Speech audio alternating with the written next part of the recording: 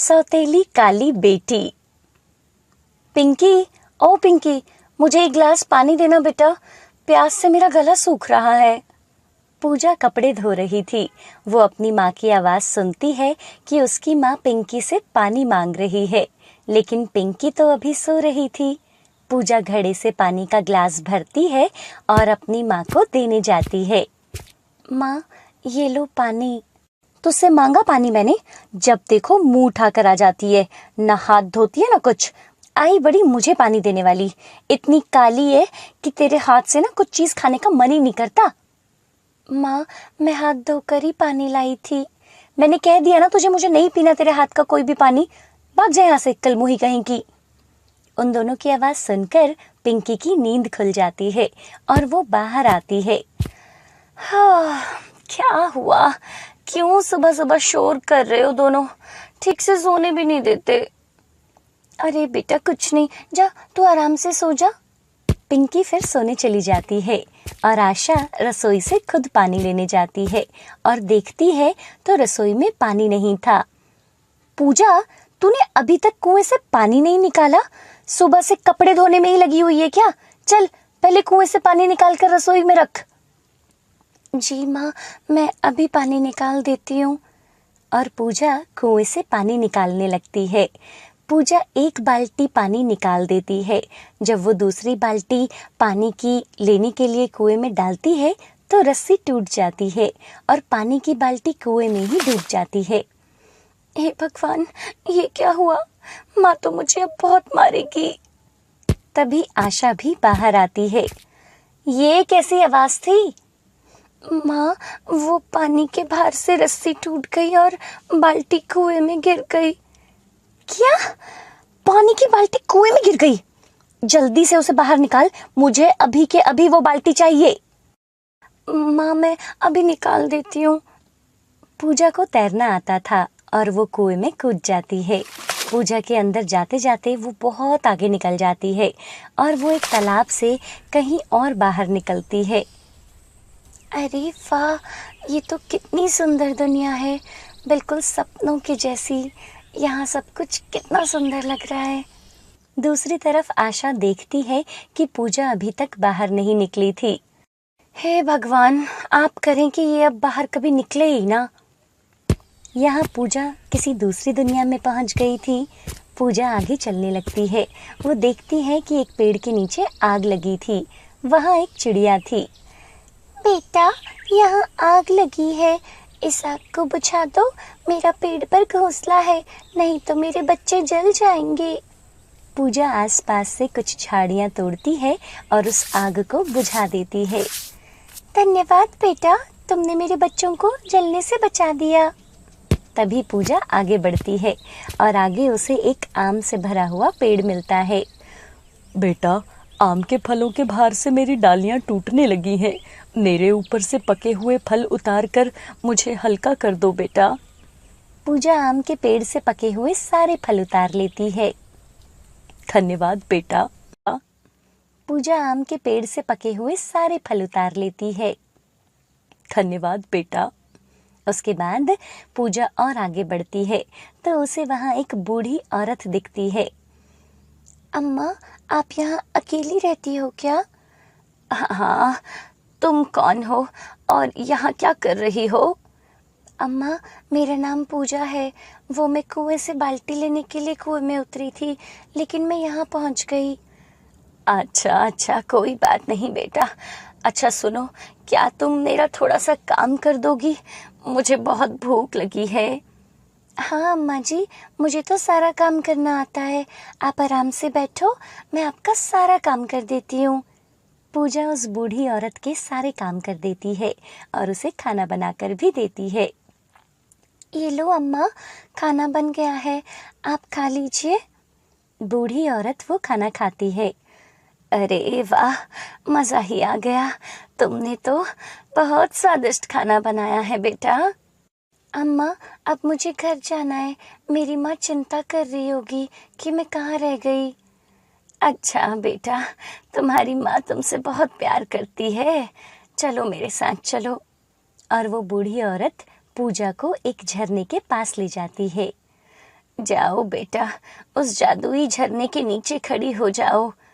और वो अपनी शक्ति से उसे बाल्टी भी देती है जो कुएं में गिरी थी।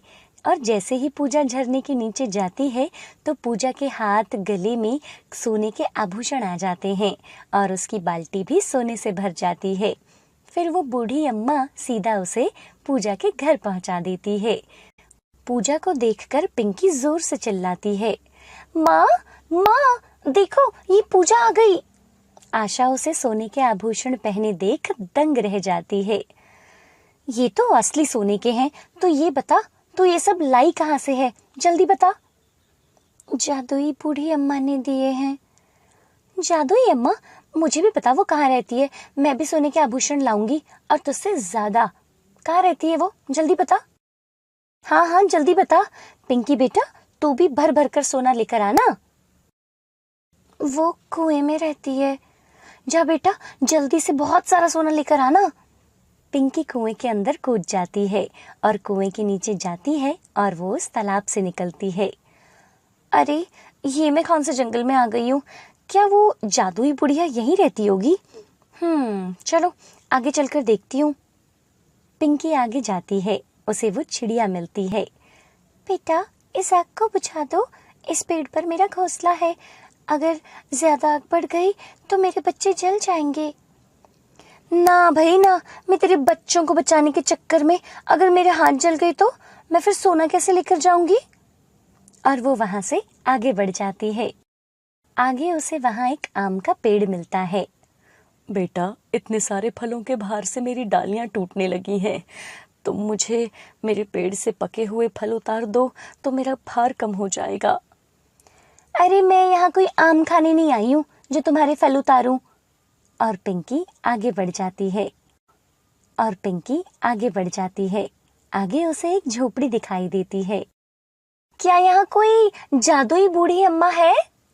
बूढ़ी अम्मा पिंकी की आवाज सुनकर बाहर आती है। हाँ बेटा, कौन हो तुम? मेरा नाम पिंकी है, मैं पूजा की बहन हूँ। मैं ना यहाँ पर सोना लेने आई हूँ। अच्छा बेटा, मुझे भूख लगी है, पहले मेरे लिए थोड़ा खाना बना दे। बहुत से काम ऐसे ही पड़े हैं, अगर तुम कर दोगी तो मेरी बहुत मदद हो जाएगी। देखिए, मेरी बात सुनिए, मुझे ना कोई काम वाम नहीं करना आता है, मैं बस यहाँ पे सोना लेने के लिए आई हूँ। ठीक है बेटा। और वो पिंकी को उस झरने के पास ले जाती है। जाओ बेटा, उस झरने के नीचे खड़ी हो जाओ। पिंकी के ऊपर जैसे ही झरने का पानी गिरता है तो उसका मुंह काला हो जाता है। अरे, ये क्या हो रहा है? मेरा रंग काला क्यों हो रहा है? मुझे सोने के आभूषण चाहिए थे। बेटा, ये जादुई झरना है, जिसका मन जैसा होता है उसे वही मिलता है। पूजा बेटी का मन तो साफ और शुद्ध सोने की तरह था, इसलिए उसका रंग साफ हुआ और उसे शुद्ध सोना मिला। लेकिन तुम्हारा मन काला है, तुम कभी दूसरों की मदद नहीं करती, इसलिए इस जादुई के झरने ने तुम्हारे चेहरे पर कालख पोत दी है और तुम्हें कुछ भी नहीं दिया। और बूढ़ी औरत के जादू से पिंकी काली होकर अपने घर पहुंचती है। सुखिया की पत्नी ने हफ्ते पहले ही एक लड़की को जन्म दिया। उसको देख देख कर परेशानी से उसका सर फटा जा रहा था। अपनी परेशानी वो अपनी बीवी से नहीं छुपा सका और वो उसको बोलता है, ये 3 बच्चे पहले से ही है। मैं ठहरा दिहाड़ी वाला मजदूर, बड़ी मुश्किल से घर का खर्चा चला पा रहा हूँ, लेकिन अब कैसे पालूंगा इन सारे बच्चों को। सुखिया की बीवी के पास उसकी परेशानी का कोई हल नहीं था, तो वो उसे क्या जवाब देती। वो कभी अपनी बेटी को देखती और कभी सुखिया को। सुखिया अपनी झोपड़ी के बाहर आकर बैठा था, तभी उसके सामने एक बड़ी सी गाड़ी आकर रुकती है। उस गाड़ी से एक बहुत धनी आदमी उतरता है। उसका नाम निरंजन लाल था। वो सुखिया के पास जाता है। क्या तुम्हारे यहाँ किसी कन्या का जन्म हुआ है? निरंजन की बात सुनकर सुखिया उसे बड़ी ध्यान से देखने लगा और उसे बोलता है, कन्या? हाँ, कुछ ही दिनों पहले मेरी पत्नी ने एक बेटी को जन्म दिया है, लेकिन इस बात का पता आपको कैसे चला? अरे, ये बात जनती थोड़ी है। वैसे क्या तुम उस कन्या को मुझे दे सकते हो? क्या आप मेरी बेटी को लेना चाहते हैं? हाँ, मेरी कोई संतान नहीं है, इसलिए मैं उस कन्या को गोद लेना चाहता हूँ। सुखिया फिर से निरंजन को घूर घूर कर देखने लगा। साहब, मैं बहुत गरीब आदमी हूँ, बड़ी मुश्किल से 2 वक्त के खाने का इंतजाम कर पाता हूँ। मेरी जब से ये बेटी हुई है तब से मैं इसकी पालन पोषण की चिंता में हूँ। आप मेरे लिए किसी भगवान की तरह आए हैं। आपके पास रहेगी तो इसका भविष्य बन जाएगा, मेरे पास रहेगी तो खाली पेट और बीमारियां ही इसकी किस्मत में आएंगी। और सुखिया अपनी पत्नी को समझाकर अपनी बेटी को निरंजन लाल को सौंप देता है। निरंजन ने उसे ले लिया और अपनी गाड़ी में बैठकर वहां से चला जाता है। आगे जाकर रास्ते में एक नदी आती है और निरंजन पुल पर गाड़ी रोक लेता है और बच्ची के साथ गाड़ी से निकलता है। आज मैं अपने बेटे का भाग्य बदलने जा रहा हूँ, क्योंकि मैं नहीं चाहता जो भाग्य में लिखा है वो उसके साथ घटित हो। ऐसा बोलकर निरंजन उसे नदी में फेंक देता है। कुछ दिन पहले की बात है। निरंजन एक ज्योतिषी के पास जाता है और उसे अपनी बेटी की कुंडली दिखाता है। निरंजन उस ज्योतिषी की हर बात मानता था, क्योंकि आज तक उसने जो कहा निरंजन के जीवन में वैसा ही हुआ था।